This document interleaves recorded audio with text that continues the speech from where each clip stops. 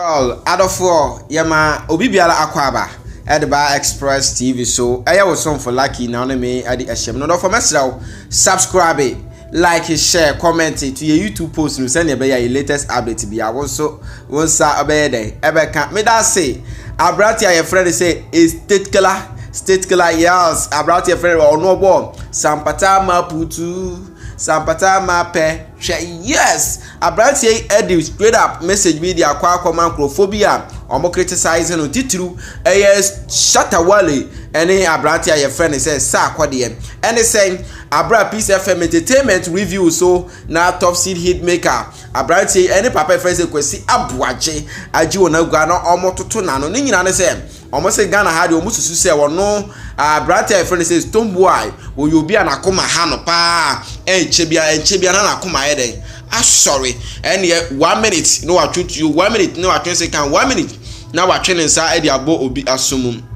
neno ena abrante no eyi na no ni nyina ne se o se sa no ma na o mokika ni nyina eye hurubra sema enye na ekore ne mum na okora ewo mu ne se ono onye sa ena awante sa onye obi anakoma ye den ha no enti nkrofobia o mo ne nam nkrofobia ti se sa akwade nkrofobia ti se Shatawale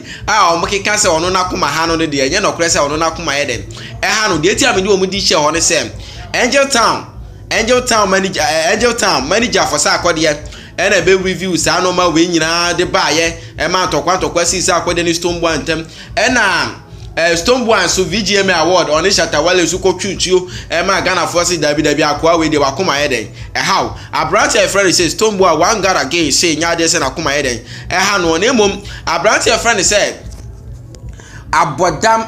the king of the street the king of the street what you say abrante friend say abodam so be react to say we nyina ni nyina ne say o say ewiase de ye won crofobia ti say sa akwade nkrofobia ti say Shatawale so mu pia omo ni nipa ye fine guys eni hu obeka say akwa we nipa but deep inside them no omo ye devils omo nye nipa omo ni nipa ye dem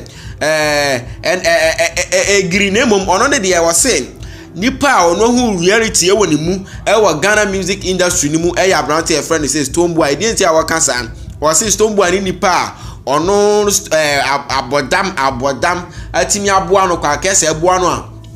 ono atimi atia no so ka e woni papa ye so eti abrante a your friend say abodam echire mu a ye ntwa sa akwade ne Shatawale mu nyina ambo na omo back camera ni mu a ene sa na tie ne mum deep inside them ne de sankrofo no munye nipa biara wose nipa kora ebo omudin ye dem e ka asem ne mum the only real person am ono aka wo music industry mu ono no abodam ono ne relate eye Bwoy ono ene timi living a life reality a ono aka sa so de ato abrante friend say Bwoy echire mu a o se nya no kreda say wo yobi anakoma ha na mum ono de sebe produce ankwase asem na onye den also so other